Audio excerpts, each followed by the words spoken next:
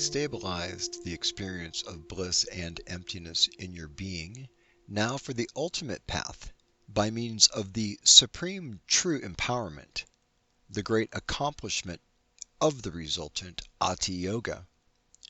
You should resolve the unexcelled Vajra-like Samadhi, the natural great perfection. In the outer, the intent of the mind section, regard all external objects to be like dreams. Within, invalidate the sense faculties to be unreal like magical illusions. In between, the cognitions are devoid of arising, dwelling, and ceasing. The innermost, the all-ground, is a cognizant and non-conceptual state. Root text, Lamrim Yeshe Ningpo. Gradual Path of the Wisdom Essence. Spoken by Guru Padmasambhava, recorded by Yeshe Sogyo. The Light of Wisdom, Volume 4. This is Darren Littlejohn. You're listening to episode 51 of the 12-Step Buddhist Podcast. Drop in to self-compassion, and continuing with Practices of a Bodhisattva. Practice number 9.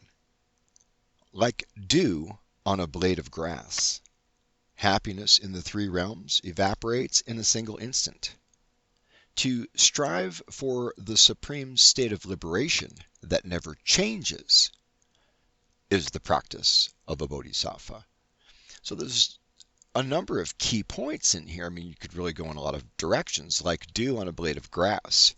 So anything that I'm an addict. So what I do, my pro technique, my super skill, I guess you would say, the addict's superpower, is to stick like glue to anything, right? Stick like glue and not let go. Ever. It's not just glue, it's crazy glue, if you know what I mean, and I think you do. So if you want to stick like glue and stay stuck and be, immobilized by that attachment, or acknowledge or recognize, really just discover, just notice. Like dew on a blade. What is the characteristic or quality of dew on a blade of grass? You could just go out in the yard and take a look. Doesn't last long is the point. It doesn't last long. Happiness in the three realms evaporates in a single instant. So you're never going to get what you really want, no matter how hard you cling to the attachment, no matter how seriously we clutch and grasp.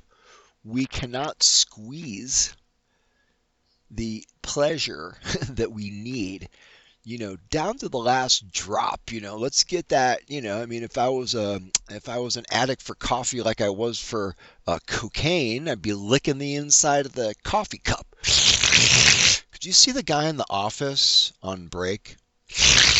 What are you doing, Bob? I'm an addict for my coffee. We are like this, with our attachments. So we can understand that no matter how hard we squeeze, no matter how, we squeeze the talons in and just cut to the quick, you're not going to get what you want. And you got to understand that. That's where healing, that's where the opportunity for healing can begin, put it this way. When I see that, no matter how much we try to wrestle satisfaction out of this, it's not going to happen. And we know that when we get down to the end of our drinking and drugging. We know when we're at that point where, like, you can't drink another, you can't snort another, whatever. It's not working anymore. That means that happiness has evaporated, my friends. But it says in a single instant, because in the context of infinity, there is this particular moment is, let's just say, inconsequential. Don't tell your ego I said that. She'll get mad at me. to strive for the supreme state of liberation, first of all, that we can strive. Second of all, that there is a supreme state. Third of all, it's a state of liberation. And fourth of all, it never changes. And if we go back, so going back to the root text from Padmasambhava Yeshisogyo that we read at the beginning, there's a lot. We're not trying to unpack that. This is volume 4 of 4. There's a lot leading up to it. But when we're talking about the supreme state, there is the supreme state. And in this text, Guru Padmasambhava within ourselves, invalidate the sense faculties. Invalidate, that's an action. So when I have sense faculties, in other words, when I'm experiencing something, right, and we're always experiencing something, in the moment of experience, invalidate. Hey, it's unreal. Invalidate the sense faculties to be unreal. Hey, this is unreal. Okay, this is the application of the teaching. We're in our state, we're within ourselves, we're in our spot, we're looking deeply, we're trying our best, what have you. We're in our meditations. Some days are better than others. Some days are insightful. Some days are a drag. Some days it's just depressing. Other days it's so exciting you can't sit still. But within, invalidate. Look within and invalidate. You want to break it way down, invalidate. Or you just say unreal. Or you just say magical illusions. Any way you want to make the mantra work within, the instructions are invalidate the sense faculties to be unreal. That doesn't mean that we cancel or block the sense faculties. That's a different kind of samadhi. That's a different kind of practice. There are differences in practice. Okay, so there are ways of blocking, and there are ways of transforming, and there are ways of allowing things to just kind of sizzle and dissolve or self-liberate. So the magical illusion is enough of a practice for most of us forever to just walk around going, hey, it's all a magical illusion. It's a magical illusion. It's a magical illusion. No matter how upset we get, it's a magical illusion. We're super agitated, really, peaking on our PTSD. It's a magical illusion. Like magical illusions. There was a comedian named Doug Henning when I was a kid. He passed away in 2000 of liver cancer. He used to say, "It's an illusion," in a kind of a cat who ate the canary kind of a way, as a magician would. And we must understand this. This is what we must understand. This is the teaching. So the supreme state, another point I wanted to make on this, the innermost. Again, it says first it says within, and then it says in between. The cognitions are devoid of arising, dwelling, and ceasing, meaning thoughts are empty of inherent existence. Thoughts are devoid of arising, dwelling, and ceasing, like phenomena, right? So we invalidate the sense faculties, not canceling them, not blocking them, but just noting these are illusions. These are magical illusions. In between, we notice that the cognitions are empty, our thoughts are empty. And then the innermost, the all ground, is a cognizant and non-conceptual state. Alert, aware, manifesting infinite potential while totally empty. So this is the base. And this base, or the view, it's a little confusing, this term, the all-doer, but also because it seems to connect with the Western God concept for me whenever but this is a different topic. However, within the context of these tantras, the all-doer, the original awakened mind, is, say, the supreme source, the source of all manifestation. So, to strive for the supreme state means to know there is one, and some instructions on what that is and how to get there. And this is the practice. This is the practice of a bodhisattva. And what does that mean? Going back to Lama Zopa Rinpoche, Bodhisattva Attitude, free book you can download. Quite well done. Very nice. Page 116, Motivation, the Four Wrong Concepts. Rinpoche says, think, I and all sentient beings have been suffering in samsara from beginningless rebirths up to now because of these four wrong concepts. While the aggregates are not I, the self, because of looking at the aggregates as the self and being attached, I and all sentient beings have been born and suffered in samsara numberless times from beginningless rebirths up to now. While samsaric pleasure is only suffering, see, this is the same point. These points are made in many different ways. You know, the thing that I'm grasping onto, the crack, the drink, you know, the pill, whatever, the relationship, the toxicity, addiction to, oxytocin or something.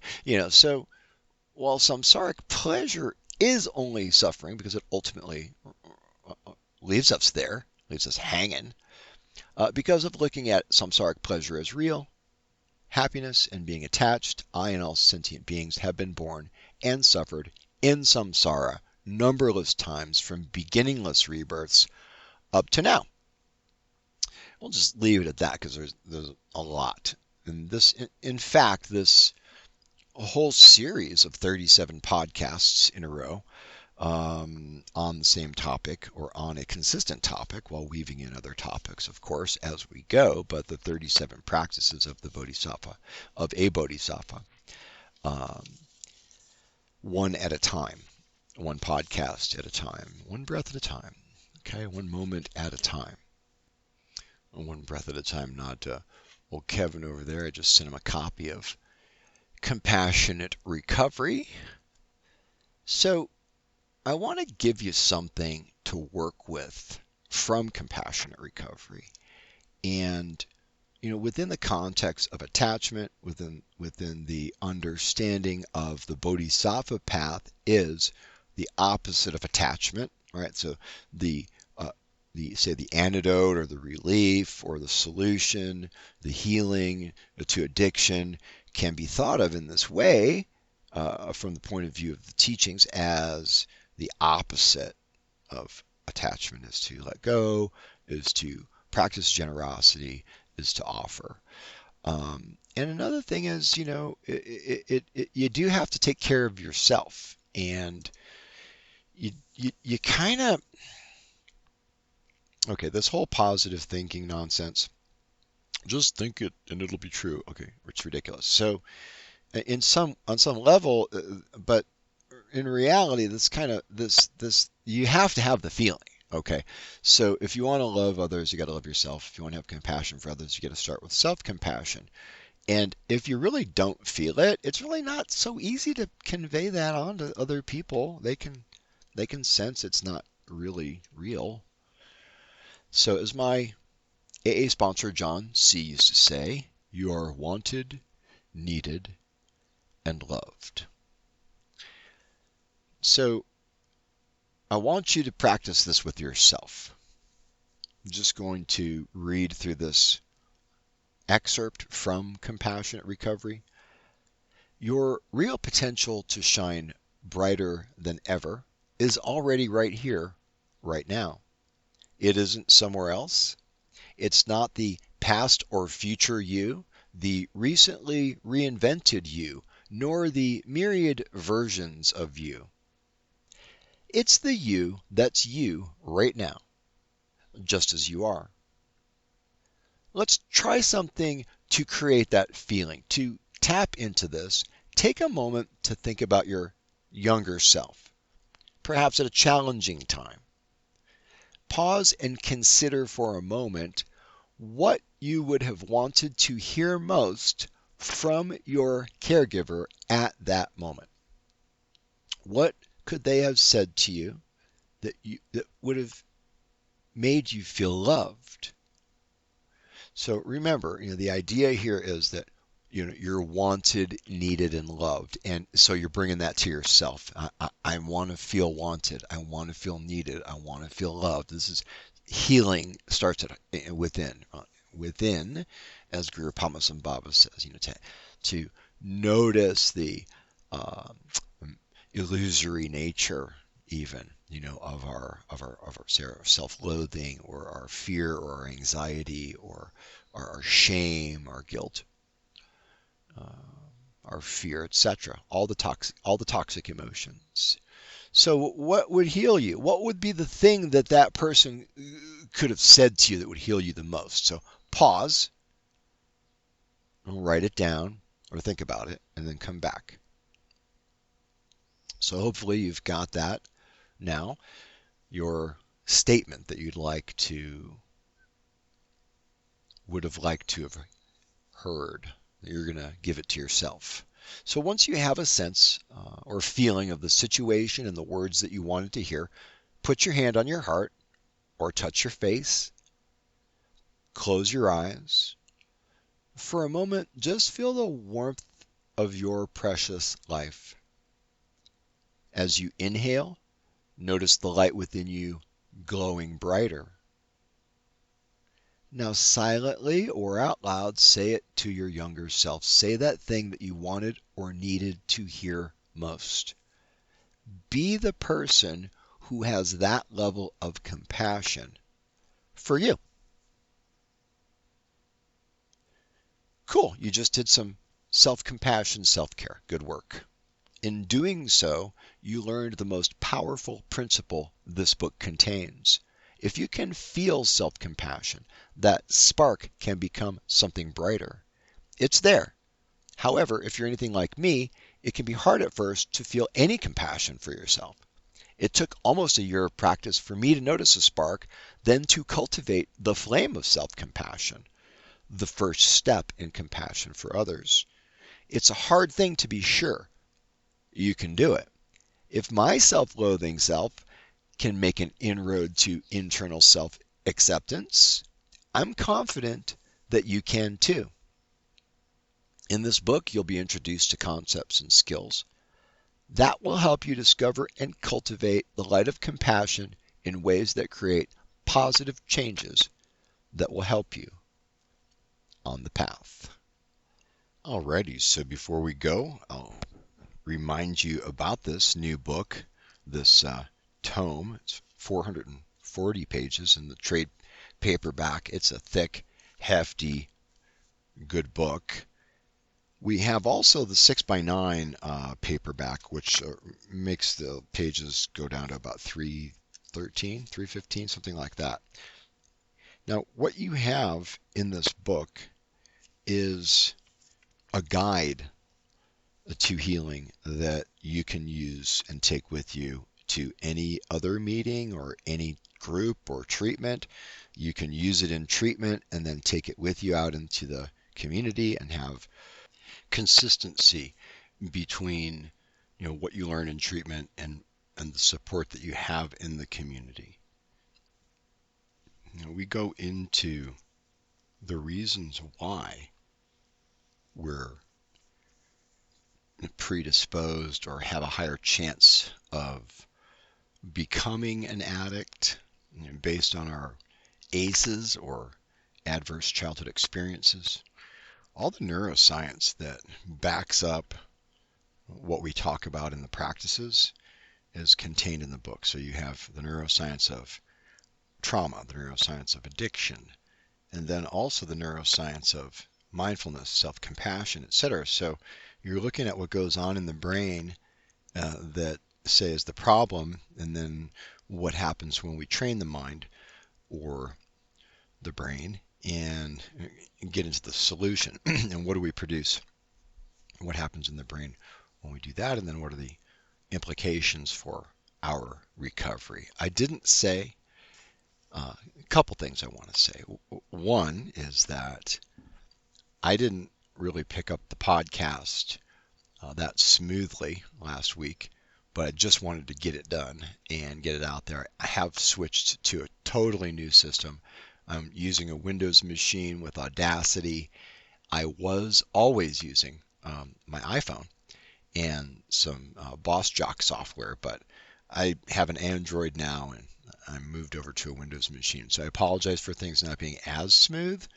I will say that, in the 10 plus years I've been doing the podcast, plus my previous ones, I've never really tried to edit it or be like scripted or anything. I just talk and hit submit.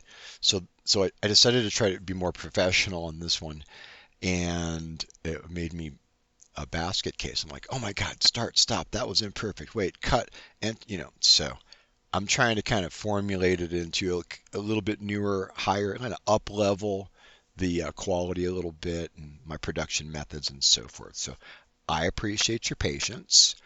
Please go to Amazon, get Compassionate Recovery. I'm going to give you the ISBN. Only if you're in the physical bookstore, worry about the ISBN. If you're getting on Amazon, don't worry about it at all. Because there was an incorrect one out there on the interwebs, and I want to make sure that you can actually get the book. You want to write this down: 978-0-989-5260. 978-0-989-526050. You can please go into your physical bookstore and ask them to order it for you. If it is, if you're comfortable, ask them to put it on the shelf next to the 12-Step Buddhist so that other people can see it and find it.